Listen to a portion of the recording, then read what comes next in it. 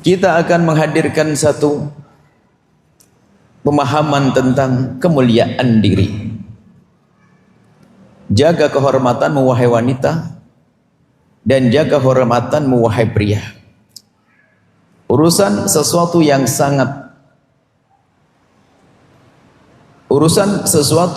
semua orang menyadari, yaitu adanya syahwat di dalam diri kita sendiri.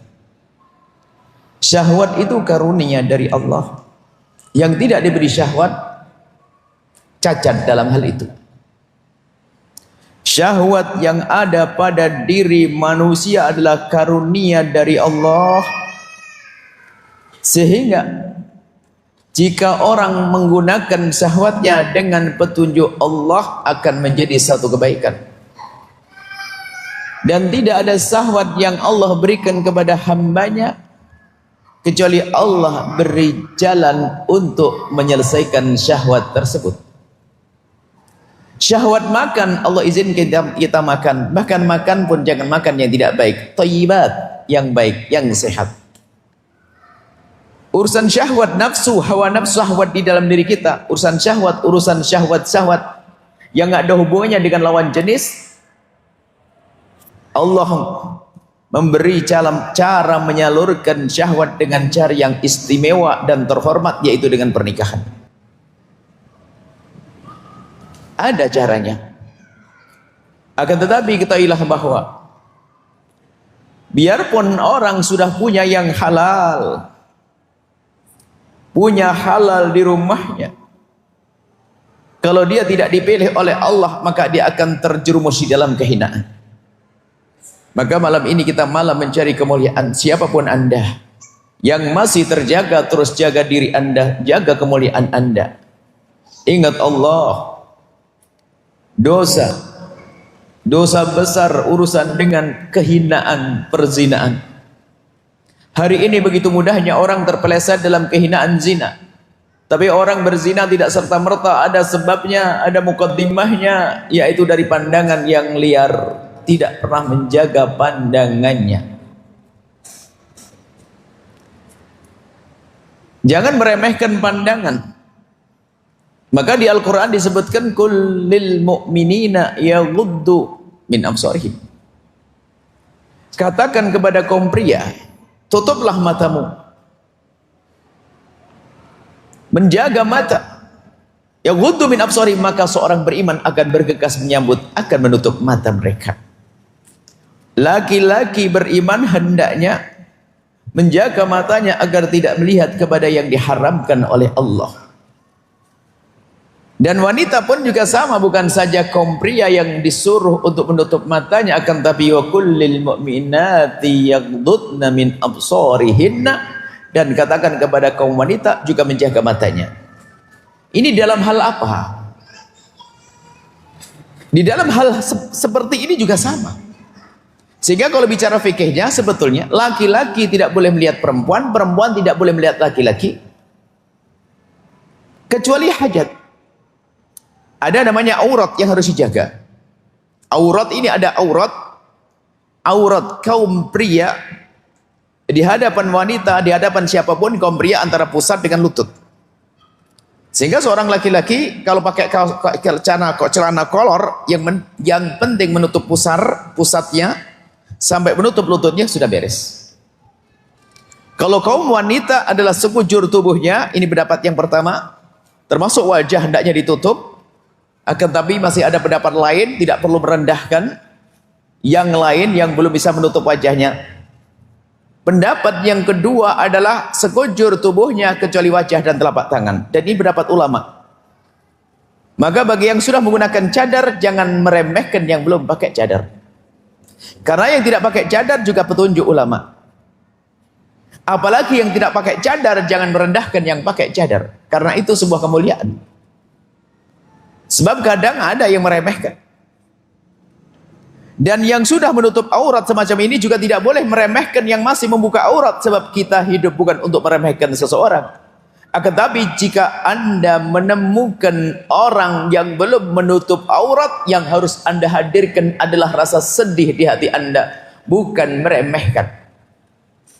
Bukan mentang-mentang Anda sudah menutup aurat, bahkan mungkin Anda sudah menggunakan cadar atau menutup aurat yang rapi, yang cantik, solehah, akan tapi ternyata merendahkan orang lain. Tidak seperti itu. Akan tapi yang ada adalah bagaimana hati kita terenyuh, sedih melihat saudari kita belum menutup aurat mereka. Aurat wanita nanti tiga pendapat. Yang pertama sekujur tubuh, termasuk wajah. Dan ini lebih mudah bagi kaum pria. Memang lebih nyaman jika seorang pria berhadapan dengan wanita, kok wanitanya dengan cadar itu lebih mudah. Sehingga lebih aman pada dirinya, tidak tergoda, karena namanya manusia. Manusia selagi dia normal, nggak pandang ustadz bukan ustadz semuanya, tentu matanya bisa bedakan ini perempuan, ini bagaimana bibirnya, matanya, hidungnya, segala macam. Kalau bukan karena iman, mungkin akan diikuti pandangannya kemana-mana. Yang kedua adalah selain telapak dan wajah. Pendapat yang ketiga, bolehlah kita ikut pendapat Imam Abu Hanifah, kaki, telapak kaki adalah bukan aurat dalam aktivitas. Ya memang kalau lagi kerja di sawah pakai kaos kaki kayaknya repot banget. Apalagi ini. Maka ini ada pendapat mazhab Abu Hanifah, ikuti. Jadi Anda sudah normal begini, nggak ada masalah. Telapak kaki dibuka ini pendapat. Paling tidak Anda ngambil yang nomor tengah deh, dalam keadaan normal. Kalau pergi ke masjid ini mudah lah pakai kaos kaki. Wajah oke dibuka, telapak tangan dibuka. Oke. Ini adalah masalah aurat. Kaum pria sama, tidak boleh melihat wanita. Wanita tidak boleh melihat pria kecuali hajat. Hajat jual beli, hajat belajar mengajar kayak semacam ini. Tapi semuanya ada batasnya. Dan semuanya harus tahu diri. Jika mulai pandangannya sudah mulai rusak, dia harus menjaga diri. Laki atau perempuan sama. Misalnya saya seorang perempuan lihat laki-laki sudah berubah, mulai bermacam-macam, mulai pikirannya sudah kemana-mana, harus tahan diri. Dari situ dia ajari agar apa? Agar tidak terus kemana-mana sampai terjerumus di dalam kehinaan. Kalau semua orang menjaga batasan-batasan semacam ini, apakah kebayang mereka bisa berzina? Tidak mungkin, melihat saja tidak. Melihat saja dihindari. Oke, setelah itu menjaga mata ini penting bagi yang sudah menikah. Bagi yang sudah menikah, kalau dia biasa menjaga mata, maka yang di rumah akan tampak indah. Akan lebih cantik yang ada di rumah. Akan semakin cantik. Karena dia menjaga mata. Tapi kalau sudah matanya jelalatan, Masya Allah. Perempuan sama, matanya jelalatan. Kalau melihat laki-laki langsung, oh kumisnya, oh hidungnya, oh. Maka suaminya akan menjadi terendahkan secara otomatis. Kenapa? Kumis suamiku tidak seperti kumisnya orang itu. Hidung suami, maaf. Ini adalah kekotoran hati. Tapi bagi seorang wanita mulia, laki-laki mulia, tidak. Saya tidak boleh melihat itu, haram bagi saya. Saling menjaga, jadi termasuk jual beli dan sebagainya. Itu cara melihatnya wajar saja. Setelah tahu yang beli adalah perempuan, ya sudah dia perempuan, nggak usah dipantengin. Oh Masya Allah, sambil megang, sambil lihat-lihat, oh matanya Allah ajib banget itu. Kita perlu jujur. Memang orang tidak melihat, tapi Allah melihat kita. Bisa saja di dalam kaca mobil yang gelap bisa jelalatan melihat ke sana kemari. Atau mungkin pakai kacamata hitam semacam ini, ngelirik, tidak ada yang tahu. Kita perlu kejujuran di hadapan Allah. Oke, mulai dari sini dulu. Kemudian juga hindari, sebab ini yang menghajari orang menjadi berkhianat kepada Allah, melakukan keharaman, jadi dosa, mohon maaf, zina, tidak ada serta-merta. Nggak ada orang bertemu langsung, hei ayo zina ayo, nggak bisa. Dari ngobrol dulu, dari kenalan dulu. Dan kita harus serius di dalam hal ini. Kita harus rumah indah, rumah mulia, rumahnya wanita yang menjaga, laki-laki menjaga. Kaum pria jangan menggoda perempuan, perempuan jangan menggoda laki-laki. Semuanya sama-sama menjaga diri. Jadi menjaga mata dari melihat. Permasalahannya Pak, kalau sudah seorang itu biasa melihat lawan jenis dengan pandangan yang beda, bukan pandangan yang pengen tahu ini siapa, itu kan biasa melihat. Tapi kalau sudah mulai mengamati, nanti akhirnya membayangkan pasangannya. Akhirnya kesimpulannya apa? Istriku tidak seperti dia. Maka kami ingatkan, termasuk melihat atau menonton film kotor biarpun suami istri itu merusak. Jangan dianggap sepele. Hanya suami yang bodoh mengajak istrinya untuk nonton film kotor. Hanya istri bodoh yang mengajak suaminya nonton film kotor, film porno. Kenapa? Coba. Seorang istri rupanya ngajak suaminya nonton film kotor. Artinya apa? Mengajari suaminya untuk melihat sesuatu yang beda dari yang dimilikinya. Sehingga sang suami di saat berpisah dengan istrinya ingin melanjutkan. Aku masih penasaran dengan yang aku lihat tadi. Sehingga lupa kepada Allah, terus dia tenggelam dalam tontonan yang haram ini. Sehingga yang ada di otaknya bukan yang halal yang ada di rumahnya. Sehingga apa? Dengan urusan yang halal menjadi tidak bersemangat. Kenapa? Penasarannya kepada yang haram. Maka itu hati-hati. Dan lihat, tanyakan kepada pakar psikolog dimanapun berada yang pernah belajar dengan benar akan mengatakan bahayanya nonton film-film kotor itu. Merusak mentalnya. Dan itu akan menghilangkan semangat kepada yang halal menjadi berkurang. Bahkan bisa saja hilang. Na'udzubillah. Ini adalah suami bodoh ngajari istrinya untuk nonton begituan. Akhirnya pas suaminya pergi kerja, istrinya penasaran, lihat sendiri. Dan itu akan merusak mental. Sampai suatu ketika ini, ada seorang anak kecil umur 14 tahun, rupanya karena biasa nonton itu terus. Pikirannya kotor, sehingga sudah, kalau bahasa orang sekarang, kena mentalnya itu. Sehingga setiap melihat perempuan itu bayang begitu. Pokoknya lihat siapa saja jadi penasaran dia. Sampai akhirnya dia melobangi pintu kamar mandi rumahnya hanya ingin mengintip ibunya waktu mandi. Ayo. Seorang abang pura-pura masuk ke kamar adiknya hanya melihat adiknya. Sehingga kakak adik yang seharusnya tidak syahwat menjadi syahwat karena tontonan yang kotor. Maka jangan menyepelekan urusan itu. Jangan menganggap biasa. Tidak. Sehingga seorang laki-laki yang biasa nonton itu lihat. Setiap lihat perempuan bayangannya macam-macam. Khayalan yang unik, barangkali itu begini, barangkali begitu, barangkali terus akan rusak mentalnya. Sehingga keindahan akan hilang. Disinilah nanti akan muncul, mohon maaf, yang namanya penyelewengan, melakukan keharaman. Kenapa? Dia merasa penasaran, yang halal baginya sudah tidak menarik lagi. Dan tingkatkan rasa takut kepada Allah. Dan jangan Anda menyepelekan komunikasi dengan lawan jenis. Anda kaum pria, jaga wanita, hormati wanitamu. Jangan biasa guyonan dengan perempuan yang sifatnya menggoda. Ada wanita yang mohon maaf, di rumahnya mungkin lagi tidak enak, lagi ada permasalahan dengan suami, tak tahu hanya ada laki-laki di sependusta, laki-laki perayu, tiba-tiba terpesona, kepleset, na'udzubillah. Urusanmu dengan Allah, hai hamba Allah. Ada Tuhan yang menyaksikan kita, Tuhan yang melihat kita. Jaga wanita-wanitamu. Wanita pun hendaknya menjaga dirinya. Mohon maaf, yang ada di genggaman Anda itu berbahaya, namanya handphone. Dulu, beberapa waktu yang lalu, mungkin 10 tahun yang lalu, di saat ada orang bertanya bagaimana hukumnya wanita karir, entar dulu, hati-hati. Wanita karir tidak kurang baik sepertinya. Sehingga kalau ada wanita karir harus dengan beberapa aturan, dengan beberapa syarat. 1, 2, boleh, tapi harus beberapa peraturan. Akan tapi hari ini ternyata kita harus menjawab berbeda. Wanita berkarir lebih bagus daripada dia di dalam rumah sendiri main handphone. Sebab dengan handphonenya dia tidak tahu kemana dia. Lebih bahaya.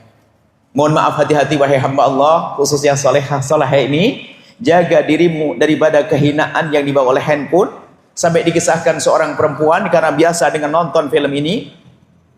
Sehingga na'udzubillah, dia begitu mudahnya melakukan kehinaan. Berkomunikasi padahal dia sampai, semoga Allah mengampuninya.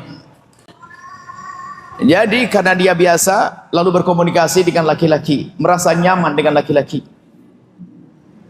Merasa nyaman dengan laki-laki. Kalau sudah merasa nyaman dengan laki-laki terus. Jadi di saat ada dengan suaminya, namanya dengan suami, lihat. Bertemu setiap saat. Indahnya 100, bermasalah sekali. Kadang-kadang sekali di saat bermasalah ini, setan berbisik. Pas kebetulan komunikasi dengan pria, kok merasa enak sekali laki-laki ini bagi saya. Sehingga seolah-olah suaminya tidak punya kebaikan. Akhirnya dia asik berkomunikasi dengan orang itu. Terus, barangkali setengah tahun masih biasa. Sampai suatu kejadian, sehingga setelah bulan ke-7 atau mungkin masuk tahun kedua, sudah mulai buka kerudungnya. Video call.